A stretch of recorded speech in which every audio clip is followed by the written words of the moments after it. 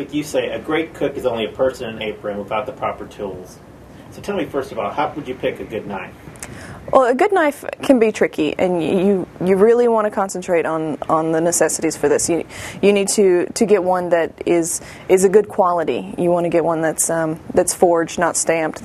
I guess that's my own personal preference, but stamped is just, well, like it sounds, the blade is stamped out of a piece of steel, whereas forged, it's more like molded, and it's better quality.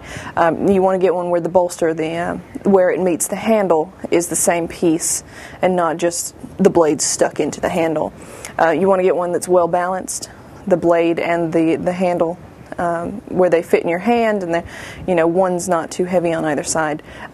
You want to get one that has a good tip and a strong base. The spine of the knife is also important. You can use that for a lot of things, like cracking lobster shells or smashing garlic. You want something that's going to be heavy and useful, but you also want something that's going to fit your hand.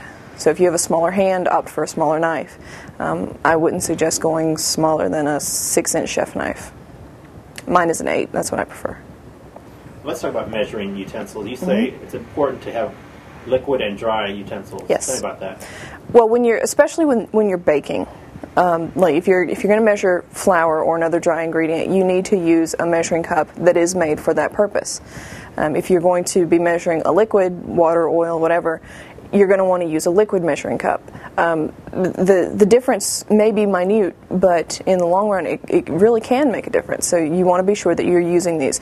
Don't measure liquid in a dry measuring cup and vice versa, because chances are you're not going to get an accurate read. Now, what should you splurge on?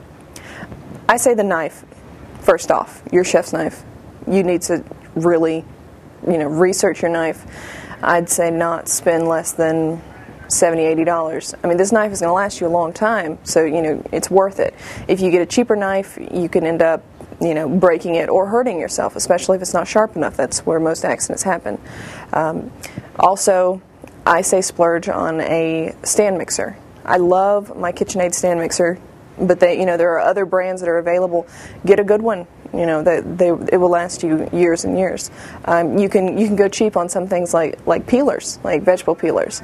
I love a peeler, a cheap peeler. I mean, the more expensive, they're just bulky to me, and they're not as easy to use. But the cheap ones, they're lightweight, and you buy a couple of them, buy several of them when you get them. Don't spend more than $5 on them, and if they don't last forever, it's all right because it wasn't too expensive.